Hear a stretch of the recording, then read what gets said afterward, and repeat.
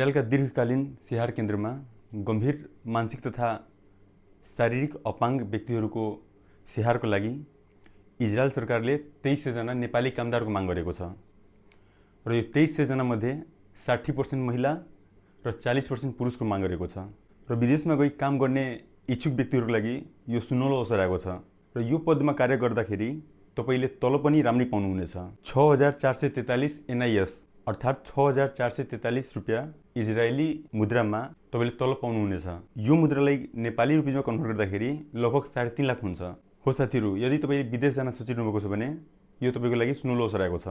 यो भ्याकेन्सीमा अप्लाई गर्नलाई तपाईले SLC पास गरी CMA वा अनमी गरेको हुनुपर्छ वा तपाईले कुनै पनि फ्याकल्टीबाट +2 पास गरी केयर गिभिङको 3 महिनाको तालिम लिएको हुनुपर्छ।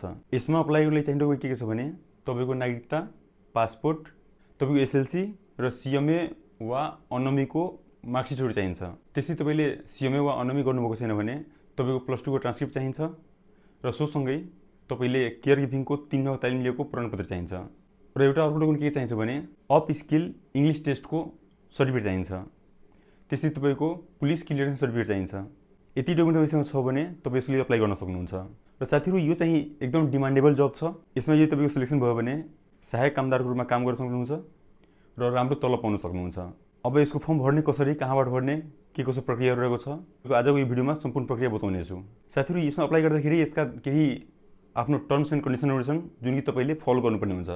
अब यसको टर्म्स एन्ड कन्डिसनबाट पहिले राम्ररी बुझिहाल्नुहोस्। तपाईले यसको फर्म भर्नको लागि तपाईको उमेर 25 वर्ष पुरा गरी 45 वर्ष ननागेको हुनुपर्छ। तपाईको उचाइ अर्थात् तपाईको हाइट 1.5 मिटर भन्दा मुनि हुनु भएन र तपाईको वेट 45 केजी भन्दा तल हुनु भएन। अर्को चाहिँ आवेदकको शैक्षिक योग्यता कम्तीमा 10 कक्षा उत्तीर्ण गरी अनमी वा CMA सम्बन्धी विषयमा कम्तीमा 15 महिनाको अध्ययन पूरा गरेको वा कक्षा 12 वा 16 सरहको शिक्षा हासिल गरेको र नेपाल सरकारको मान्यता प्राप्त तालिम प्रदायक संस्थाले केयर गिभिङ सम्बन्धी कम्तीमा 3 महिनाको तालिम प्राप्त गरेको हुनुपर्नेछ। यो मैले तपाईले अघि नै बताएको थिएँ। अर्को चाहिँ उम्मेदवारले अंग्रेजी भाषा परीक्षणको प्रमाणपत्रको रूपमा इजरायलको PIBA ले तोकेको CIIN international qualification private limited Tripureshwor काठमाडौँबाट लिएको इङ्ग्लिस अप स्किल टेस्टको कम्तीमा reading A2, writing A1, speaking B1, listening A2 भएको प्रमाणपत्र तोकिएको बमोजिम अपलोड गर्नुपर्नेछ। अर्को चाहिँ आवेदन गर्दा मितिमा आवेदकको पासपोर्टको म्याद समाप्त हुन कम्तीमा 14 महिना बाँकी रहनुपर्छ तथा प्रवेशको लागि प्रक्रिया प्रारम्भ गर्दाको मितिमा आवेदकको पासपोर्टको म्याद समाप्त हुन कम्तीमा 3 वर्ष बाँकी रहेको हुनुपर्छ। तपाईले अहिले अप्लाई गर्दै हुनुहुन्छ भने तपाईको पासपोर्टको म्याद कम्तीमा 14 महिना बाँकी रहेको हुनुपर्छ र प्रवेशको लागि अप्लाई गर्दाखेरि तपाईको पासपोर्टको म्याद कम्तीमा 3 वर्ष बाँकी रहनुपर्छ। अर्को कन्डिसन के छ भने आवेदक विगतमा इजरायल गई काम नगरेको हुनुपर्छ। यदि तपाईले पहिले नै इजरायलमा गएर केही काम गरेर आउनुभएको छ भने तपाई यसमा अप्लाई गर्न सक्नुहुन्न। त्यस्तै अर्को पोइन्ट चाहिँ आवेदकको बुवा, आमा, पति, पत्नी, छोरा, छोरी इजरायलमा बसोबास नगरेको वा कार्यरत नरहेको हुनुपर्छ। यति कन्डिसन तपाईले फलो गर्नुपर्छ। यसमध्ये कुनै पनि यदि तपाईले फलो गर्नु भएन भने तपाई यसमा अप्लाई गर्न सक्नुहुन्न। अब साथीहरू, तपाईले यसमा लाग्ने डकुमेन्टहरू बुझिसक्नु भयो र यसका टर्म्स एन्ड कन्डिसन पनि बुझिसक्नु भयो। यसमा के कति तलब पाउन सक्नुहुन्छ सबै मैले तपाईले बताइदिएँ। अब यसको लागि अप्लाई कसरी गर्ने, अब अप्लाई गर्ने प्रक्रियाको बारेमा बुझाउनको लागि म तपाईलाई आफ्नो ल्यापटपको स्क्रिन सेयर गरेर तपाईले बताउन गइरहेको छु। भिडियो ध्यान दिइरहनु होला। म स्टेप बाई स्टेप हरेक कुरा बताउने छु। भिडियो अलि लामो हुन्छ तर भिडियो तपाईले पुरा हेर्नुभयो भने मजाले तपाई आफ्नो फर्म भर्न सक्नुहुन्छ। अब तपाईलाई बुझाउनको लागि म आफ्नो स्क्रिन सेयर गरेर तपाईले बुझाउन गइरहेको छु। ध्यान दिएर हेर्नु होला। साथीहरू, इजरायलको सहायक कामदारको फर्म भर्नको लागि यसको वेबसाइट खोल्नु होला। ferms.dofe.gov.np/israel/login। अनि साइट खुलेपछि अब चाहिँ यहाँ तपाईले अघि मैले जुन बताएको थिएँ यसको टर्म्स एन्ड कन्डिसनहरू सब यहाँ लेखेकै छ।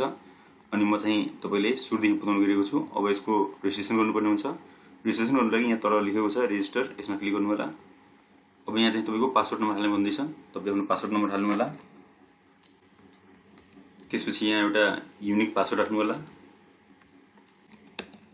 तल सेम पासवर्ड राख्नु होला। त्यसपछि यहाँ चाहिँ तल इमेल आइडी दिनु होला। अनि तल चाहिँ फेरि एउटा आफ्नो नम्बर दिनु होला। अनि यति गरिसकेपछि यहाँ तल रजिस्टरमा क्लिक गर्नु होला। अब यहाँ चाहिँ लेखिरहेको छ 6 digit OTP send to your email mobile number. त्यो मोबाइलमा र इमेलमा दुईटैमा एउटा OTP आएको छ। त्यो OTP यहाँ हाल्न भन्दैछ। मेरो मोटिभ पाइसकेको छ, म आफ्नो मोटिभ हाल्दैछु अनि मैले यहाँ सबमिटमा क्लिक गरेँ। मेरो चाहिँ यहाँ सक्सेस भयो। यहाँ चाहिँ मैले अघि राखेको पासवर्ड हाल्दैछु अनि लगइन गरेँ। मेरो लगइन भइसक्यो। साथीहरू, तपाईँको यो आइडी चाहिँ लगइन भइसकेको छ। अब तपाईँले आफ्नो भ्याकेन्सीको लागि अप्लाई गर्नुपर्ने हुन्छ। अप्लाई गर्नुभन्दा पहिले सबभन्दा पहिले यो foundation of English test, police report र सेल्फ भेरिफिकेसन फर्म हाल्नुपर्ने हुन्छ। साथीहरू, फर्म भर्नुभन्दा पहिले सुरुमै यहाँ चाहिँ भनेको छ फाउन्डेसन इङ्ग्लिस टेस्ट, यो टेस्टको सर्टिफिकेट हाल्नुपर्ने हुन्छ, जुन तपाईँले मैले अघि नै भने इङ्ग्लिस अफ स्किल टेस्ट, त्यो चाहिँ यहाँ लोड गर्नुपर्ने हुन्छ। तपाईँले अब इङ्ग्लिस अफ स्किल टेस्टमा आफ्नो मार्क्स ल्याउनुभएको छ, A1 हो कि B2 हो के छ त्यो लेख्नु। मैले A1 ल्याएको छु। यहाँ चाहिँ म आफ्नो फाउन्डेसन इङ्ग्लिस टेस्टको सर्टिफिकेट हाल्दैछु। यहाँ चाहिँ मैले सबमिटमा क्लिक गरेँ। त्यस्तै अब चाहिँ यहाँ पुलिस रिपोर्ट, मैले पुलिस क्लियरेन्स सर्टिफिकेट बनाएर राखेको छु। अब यो पुलिस क्लियरेन्स सर्टिफिकेट कस्तो हुन्छ त्यो तपाईँले सिम्पल देखाइदिन्छु म। यो चाहिँ हाम्रो पुलिस क्लियरेन्स सर्टिफिकेट हो। यो सर्टिफिकेट चाहिँ तपाईँ आफै पनि अप्लाई गर्न सक्नुहुन्छ र यो सर्टिफिकेट कसरी अप्लाई गर्ने यसको बारेमा पनि मैले भिडियो बनाएर हालेको छु र यो भिडियोको लिङ्क मैले आई बटनमा हालिदिएको छु, त्यहाँबाट तपाईँ हेर्न सक्नुहुन्छ। अनि यही सर्टिफिकेट यहाँ हाल भन्दैछ। म चाहिँ आफ्नो यो सर्टिफिकेट यहाँ हालेँ अनि सबमिटमा क्लिक गरेँ। अब त्यस्तै यहाँ चाहिँ सेल्फ डिक्लेरेसन। अब यो सेल्फ डिक्लेरेसन फर्ममा दुईवटा फर्म हाल्नुपर्ने हुन्छ। अब यो फर्म चाहिँ कहाँबाट ल्याउने? यो फर्म चाहिँ तपाईँ यहाँ क्लिक हेड टु डाउनलोड लेखेको छ, यसमा क्लिक गर्नु होला र यहाँ चाहिँ लेखेको छ अडेडम 1 अनुसूची 1। यो फर्म चाहिँ तपाईँको सेल्फ डिक्लेरेसन फर्म हो। अनि त्यसकै तल चाहिँ यहाँ अर्को अडेडम 2 अनुसूची 2, यो अर्को फर्म चाहिँ यो रहेको छ। यो दुईटी फर्म तपाईँले फर्म फिलअप गरेर यो पनि अपलोड गर्नुपर्ने हुन्छ। मैले चाहिँ यो फर्म पहिले फिलअप गरेर राखेको छु। म चाहिँ यहाँ आफ्नो सेभ गरेको छु। यो फर्म चाहिँ म आफ्नो अपलोड गर्दैछु। अडेडम 1 नै मेरो छ, मैले अपलोड गरेँ। त्यस्तै यहाँ अडेडम 2, यो चाहिँ मैले सिलेक्ट गरेँ र यो चाहिँ मैले सबमिटमा क्लिक गरेँ। यहाँ चाहिँ मैले आफ्नो दुईटी फर्म अपलोड गरिसकेँ र यति गरिसकेपछि फेरि म यहाँ ड्यासबोर्डमा क्लिक गर्छु। अब माथि लेखेको छ आवेदन गर्दाको मितिमा आवेदकको पासपोर्टको म्याद समाप्त हुनु कम्तीमा 14 महिना बाँकी रहनुपर्छ तथा प्रवेशाज्ञाको लागि प्रक्रिया प्रारम्भ गर्दाको मितिमा आवेदकको पासपोर्टको म्याद समाप्त हुन कम्तीमा 3 वर्ष बाँकी हुनुपर्छ। अहिले चाहिँ अप्लाई गर्दाखेरि 14 महिना बाँकी भए पनि हुन्छ, तर तपाईँले प्रवेशको लागि जुन बेला अप्लाई गर्नुहुन्छ त्यतिखेर तपाईँको पासपोर्टको म्याद कम्तीमा 3 वर्ष बाँकी रहनुपर्छ। अब अप्लाई गर्नको लागि यहाँ चाहिँ अप्लाई अनलाइन एप्लिकेसनमा क्लिक गर्नु होला। अब यहाँ चाहिँ कन्ट्री अप्लाइड फर इजरायल छ, इजरायल नै रहन्छ। अर्को चाहिँ position applied for auxiliary worker in long term care facility, यो पनि त्यही रहन्छ। अब यहाँ भन्दैछ have you ever work in Israel, के तपाईँ इजरायलमा पहिले काम गर्नुभएको छ? यदि तपाईँले गर्नुभएको छ भने तपाईँ यसमा अप्लाई गर्न सक्नुहुन्न, त्यसकारण यहाँ नो गर्नु होला।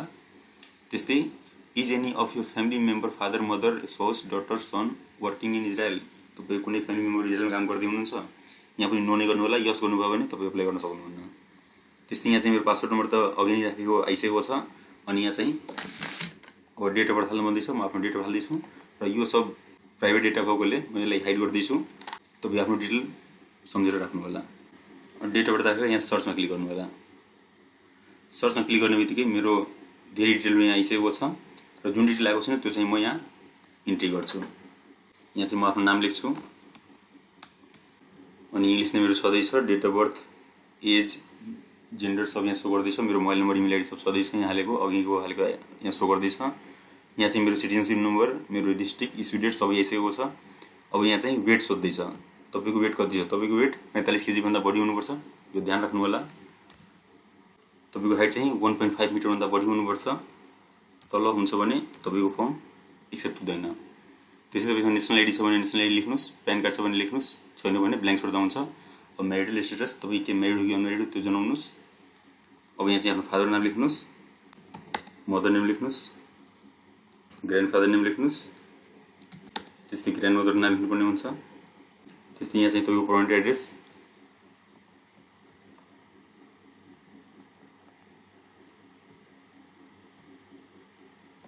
आफ्नो एड्रेस जे छ तपाईँ लेख्नु होला। म चाहिँ यहाँ आफ्नो लेख्दैछु, तपाईँ आफ्नो वार्ड नेम लेख्नुहोस् र प्रेजेन्ट एड्रेस सेम छ भने सेम एज पर्मनेन्ट गरिदिनुहोस्, फरक छ भने फरक लेख्नु होला। अनि यहाँ चाहिँ नेक्स्टमा क्लिक गर्नु होला। अब यहाँ चाहिँ एजुकेसन डिटेल माग्दैछ तपाईँको। अब यसको लागि चाहिने एजुकेसन के छ मैले तपाईँले अघि नै बताएको थिएँ र त्यही चिज यहाँ पनि लेखेको छ। म तपाईँले पढेर देखाउँछु। आवेदकको शैक्षिक योग्यता कम्तीमा 10 कक्षा उत्तीर्ण गरी अनमी वा सिएमए सम्बन्धी विषयमा कम्तीमा 15 महिनाको अध्ययन पूरा गरेको, कक्षा 12 वा सोस्तर शैक्षिक योग्यता हासिल गरी नेपाल सरकारबाट मान्यता प्राप्त तालिम प्रदायक संस्थाबाट केयर गिभिङ सम्बन्धी 3 दिनको तालिम प्राप्त गरेको हुनुपर्छ। मैले सिएमए गरेको छु, त्यसकारण मलाई यो तालिम पर्दैन। यदि तपाईँले सिएमए वा अनमी गर्नुभएको छैन भने तपाईँसँग तालिम हुनु जरुरी छ। मैले मेरो शिक्षा सिटिभिटीबाट गरेको छु। उपाधि चाहिँ मेरो सिएमए रहेको छ। उपाधिको नाम चाहिँ मेरो सिएमए हो र पास गरेको साल सोध्दैछ। यहाँ चाहिँ तपाईँको सिएमए को ट्रान्सक्रिप्ट लोड गर्नुपर्ने हुन्छ। यहाँ चाहिँ मैले आफ्नो सिएमए को डकुमेन्ट हालेँ र यहाँ सेभ क्लिक गरेँ। त्यस्तै सिएमए त चाहिन्छ, त्यससँगै तपाईँले एसएलसी पनि पास गरेको हुनुपर्छ। अब म आफ्नो एसएलसी को डकुमेन्ट राख्छु। मेरो एसएलसी चाहिँ एनएबीबाट हो। अब पास गरेको साल चाहिँ मैले 79 मा गरेको, त्यो लेखिदिएँ मैले। अनि यहाँ चाहिँ म आफ्नो मार्कसिट हाल्दैछु। अनि यो फेरि मैले सेभ गरेँ। अब यहाँ चाहिँ मेरो सिएमए को र एसएलसी को डकुमेन्ट मैले हालिसकेँ। यदि मैले सिएमए नगरेको भए मलाई +2 को डकुमेन्ट हाल्नु पर्थ्यो र 3 दिनको केयर गिभिङ तालिमको पनि सर्टिफिकेट हाल्नुपर्ने हुन्थ्यो। अब यति गरेपछि म यहाँ नेक्स्टमा क्लिक गर्छु। अब यहाँ चाहिँ तालिमको विवरण हुँदैछ। मलाई यसको लागि तालिमको आवश्यकता पर्दैन किनभने मैले सिएमए गरेको छु। त्यसैले यसलाई छोडेर म अगाडि बढ्छु। अब त्यस्तै आवेदकले पासपोर्ट साइजको फोटो, नागरिकता र पासपोर्ट एकै गरी अपलोड गर्नु होला भन्दैछ। अब यहाँ चाहिँ डकुमेन्ट टाइपमा म फोटो सिलेक्ट गरेँ र आफ्नो फोटो अपलोड गर्छु। सेभ गरेँ। त्यस्तै अब फोटो भइसक्यो। अब नागरिकताको फ्रन्ट, नागरिकताको अगाडिको भाग हालेँ। फेरि मैले सेभ गरेँ। त्यस्तै फेरि यहाँ चाहिँ सिटिजनसिप ब्याक, अब नागरिकताको पछाडिको भाग अपलोड गर्दैछु म। यसले फेरि मैले सेभ गरेँ। त्यस्तै अब नागरिकतापछि यहाँ चाहिँ पासपोर्टको मेन पेज बन्दैछ। मेरो पासपोर्ट चाहिँ मैले यहाँ राखिसकेँ। मैले सेभ गरेँ। त्यस्तै अब यहाँ चाहिँ पासपोर्टको लास्ट पेज बन्दैछ। एउटा कुरा ध्यान दिनु होला, यदि तपाईँको पासपोर्ट पुरानोवाला छ, यदि तपाईँको पासपोर्ट पुरानोवाला छ भने तपाईँको फ्रन्ट र लास्ट दुइटै हाल्नुपर्ने हुन्छ।